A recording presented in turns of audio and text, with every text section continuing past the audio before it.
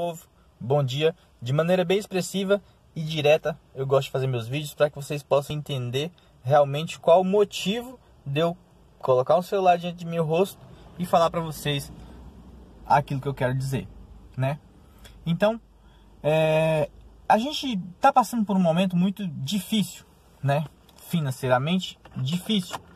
Muitas pessoas desempregadas, muitas pessoas caindo para vários tipos de ramos que não eram suas profissões comuns, atrás de um meio de sobrevivência para poder se manter e fazer alguma coisa, né? E, claro, todos nós precisamos de meios para nos suster, para conseguir sustento. E a gente eu vejo aqui nos passageiros Uber que a gente pega, a expressão no rosto das pessoas de aflição, de preocupação por causa da situação, né? Uma falta de esperança em relação a uma melhoria, né? Sabemos nós que a única solução para esse mundo é Jesus Cristo voltar, né? Porque não existe outra solução. Se a gente quiser resolver os problemas econômicos, se a gente quiser resolver os problemas políticos, se a gente quiser resolver os problemas matrimoniais, se a gente quiser resolver os problemas de gêneros, né? A gente só vai conseguir isso através da grande volta, do grande encontro com Jesus Cristo. Até então a gente só pode questionar. Até então a gente só pode especular, caçar razão, caçar motivo, achar culpado, mas a solução para o mundo é que Cristo volte. Mas pena que nem todas as pessoas enxergam dessa maneira, né?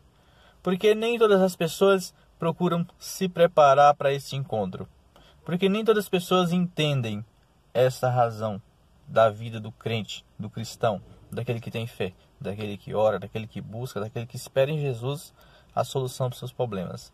Elas ficam dia após dia alimentando-se de esperanças e de incertezas, e aí cada vez mais vai se frustrando. Sabemos que o mundo vai chegar a um clímax ao qual ele, vai parecer que está tudo bem. Aí de repente as coisas começam a ir de água abaixo. Sabe, de água abaixo? Quando o rio cai, aquele negócio todo, aquela bagunça. É justamente isso aí. Vai chegar um dia, meu amigo, que o mundo vai parecer que solucionou todos os seus problemas, que tudo vai parecer lá bonitinho.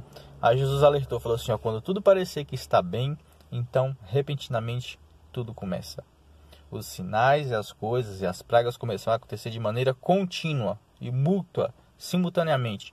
Então a gente vai perceber que ali se aproxima realmente o fim do fim de todos os problemas do ser humano. O ser humano nunca vai chegar a solucionar todos os seus problemas, porque se ele só consegue solucionar seus problemas vivo.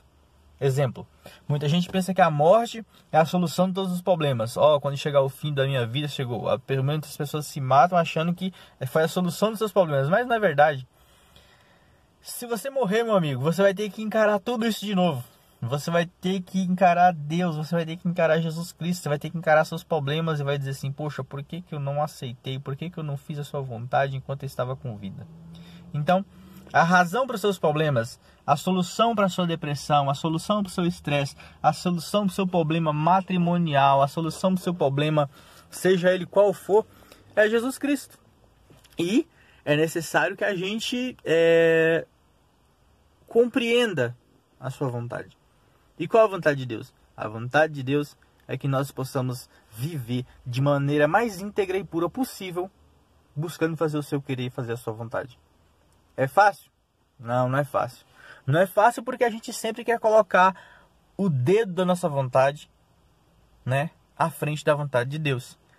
Isso em todos os requisitos, todos os pontos da nossa vida. Tem muita gente que fala assim, nossa, mas eu faço a vontade de Deus, Deus está comigo sempre, Deus está comigo aqui, Deus está comigo ali, Deus, Ele é presente na minha vida em todos os momentos, eu só ando falando o nome de Deus, eu ando escutando músicas de Deus, eu vou para a igreja em todos os dias de culto, isso e aquilo outro.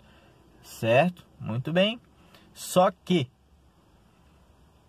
de nada isso vale se a lei de Deus, se o meu coração, a minha mente não estiver focada dentro dos meus atos e das minhas palavras. A Bíblia fala assim, ó, sem fé é impossível agradar a Deus, né? Então, como é que é isso? Simplesmente eu tenho que fazer as coisas crendo que Deus ele é presente em todos os momentos da minha vida, né? Então, nos momentos ruins ele é presente, Johnny? Sim. Nos momentos ruins ele é presente. Nos momentos bons ele é presente? Sim. Nos momentos bons também ele é presente, né? Então, qual a melhor maneira de encarar um problema? Meu amigo, se o seu problema não é a morte, se o seu problema não é um câncer terminal que está ali, pá e tal, tudo tem solução. Tudo tem solução. Até o próprio câncer também tem solução. A AIDS, todas as doenças têm solução. Mas para que eu entenda que a solução é eu estar agarrado com Cristo, independente do problema, independente da doença, independente de qualquer coisa, eu estar agarrado com Ele. Ainda que minha família toda negue a Jesus Cristo, se eu estiver agarrado com Ele, os meus problemas estão solucionados. Porque aquele povo que viu, aquele povo que me viu falar, que me viu vestir, que me viu comer conforme eu querer a vontade de Deus, que me viu fazer a vontade de Deus, naturalmente eles já estão condenados ou eles estão assinando a sua sentença porque eles teve alguém aqui que deu testemunho. Então, o que acontece? Independente da situação das coisas, independente da situação do mundo, independente da vontade sua, independente da vontade dos outros, né? Independente de todas essas coisas, a questão fundamental para minha salvação é: eu estou agora fazendo a vontade de Deus, eu estou vivendo conforme eu querer de Deus para minha vida? É uma questão. Eu vou trabalhar, volto no meu trabalho, eu levo meus filhos na escola, eu trabalho honestamente, eu convivo com a minha família, tal. Isso. Mas a sua intimidade com Deus, o seu relacionamento com Deus, como que ele é? Ok? Então, Jesus resumiu os mandamentos em 2 grandes mandamentos: amor a Deus acima de todas as coisas e amor ao próximo como a ti mesmo, certo? Então, de tudo isso é resumido a lei: o amor a Deus e amor ao próximo como a ti mesmo, né? O próximo em si, ele está relacionado a todas as coisas, aos animais, aos homens, né, a sua família. Isso é seus próximos, são todos os próximos de você, são tudo aquele que você tem um relacionamento físico, amoroso, tal. Você está relacionado a isso aí. E aí a gente se identifica como? Eu me identifico a minha relação com essas pessoas física e a minha relação com essas pessoas mental, a minha relação com Deus na parte espiritual e a relação do meu espírito em relação ao espírito do outro, seja ele grosseiro, seja ele intemperante, seja ele um homicida, um ladrão, um psicopata. Qual é a minha relação para com aquela pessoa? Porque a relação de Deus para conosco é: nós somos uma carniça podre, nós não merecemos coisa alguma e Ele vai e morre por nós. Aí a gente consegue realmente imaginar assim: poxa, qual é a relação então minha para com o outro, né? Então, quando eu vejo um mendigo na rua, quando eu vejo uma pessoa drogada, quando eu vejo um ladrão, quando eu vejo uma prostituta, é de que maneira que eu consigo olhar para essa pessoa e enxergar nela a mim mesmo, né? Tipo assim, eu tenho que olhar para ela e me enxergar naquela situação, para que assim eu realmente tenha me colocado, naquela situação, para eu entender o que a outra pessoa está passando, né? Então, é muito fácil, irmãos ou amigos, julgar outras pessoas, dizer para elas o que elas têm que ser e como que elas têm que fazer, ou o que elas devem fazer. Mas muitas vezes a gente não se coloca na situação da pessoa para entender o que levou aquela pessoa a estar naquela situação, para que ela esteja daquele jeito ali. Então, ver a situação desesperadora das pessoas em fazer as coisas erradas e nós dizermos: olha, ele faz aquilo e aquilo é errado, e ó, faz a coisa que é errada, e aí dizer para a pessoa: sai dessa vida, para de fazer isso, para de fazer aquilo outro. Mas se entender e se colocar na situação dela, para que a gente possa realmente encontrar um meio para ajudar. Porque a gente tem que encontrar um meio de ajudar as pessoas, não um meio de dizer para elas que elas estão erradas, né? Aí tá, elas estão erradas em relação ao quê? Às vezes o cara sofreu um trauma na família dele, uma coisa assim que não tem conserto assim, obviamente pelos olhos dele, mas que para nós é algo muito simples, né? Mas ele é o fundo do poço, ele não consegue resolver, é algo muito difícil. Mas por a gente enxergar a facilidade em resolver, porque nós estamos de fora, não somos nós que estamos passando pela situação, é a coisa mais fácil do mundo, realmente.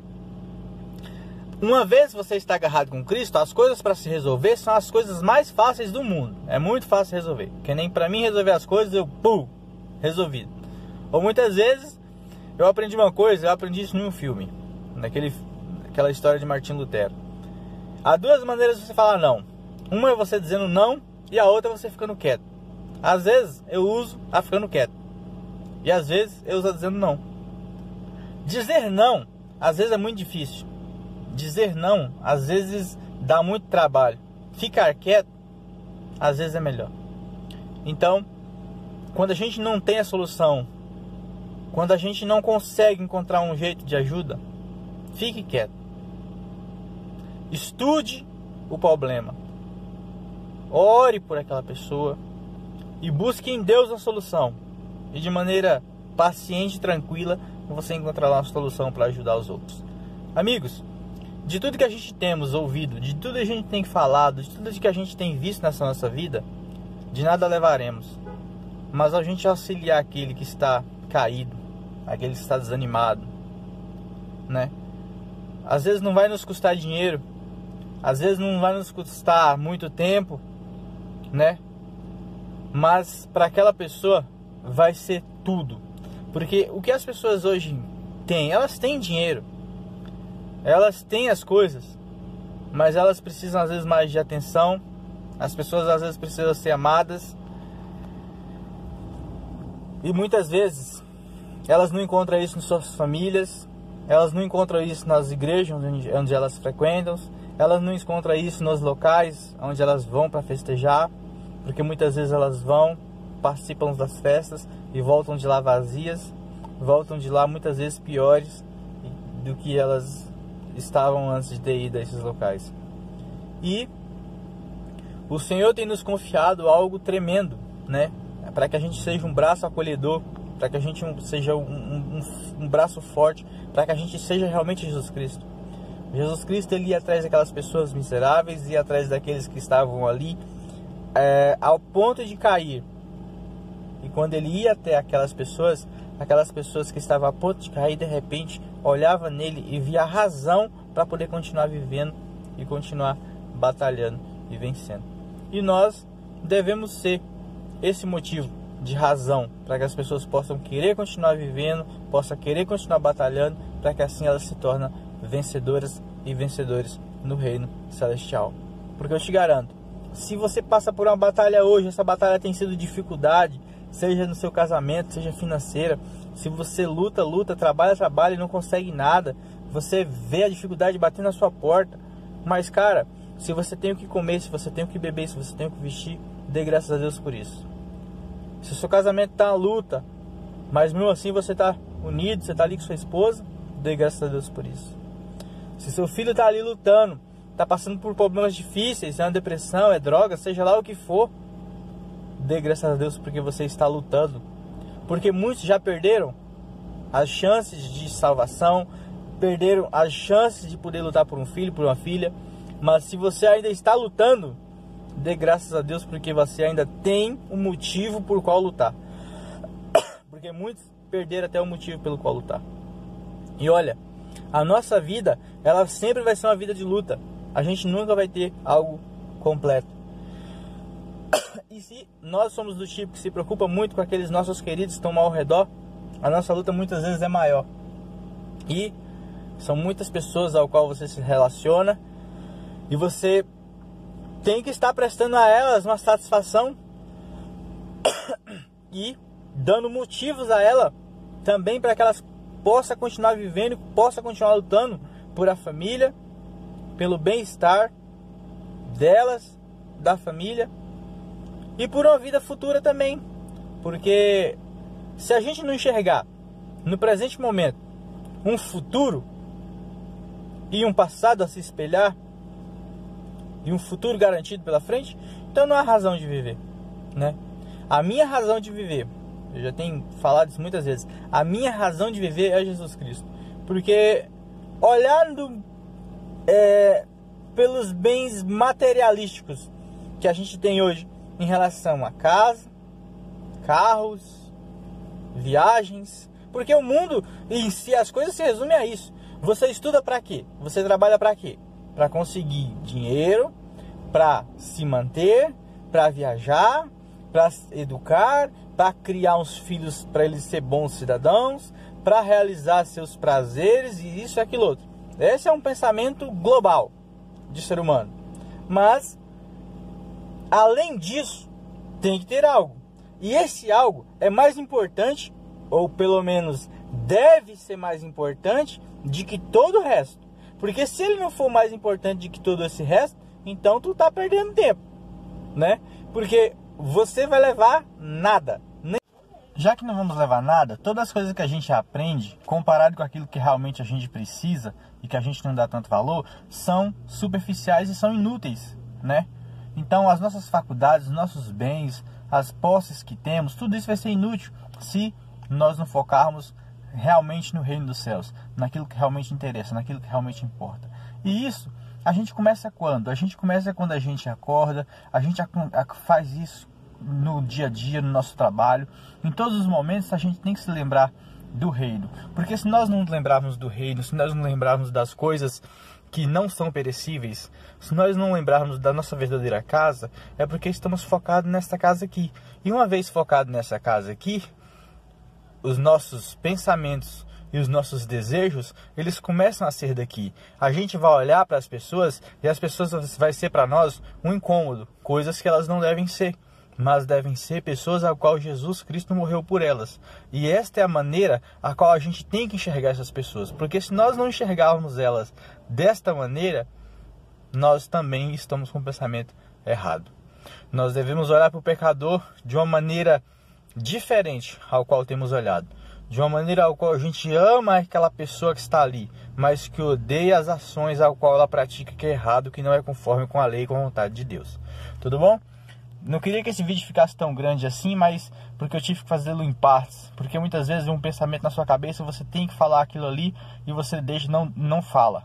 E aí eu acabei estendendo ele um pouco mais, mas é isso aí. Valeu, um abraço e até mais. E desculpa pela conclusão só no outro dia. Um abraço.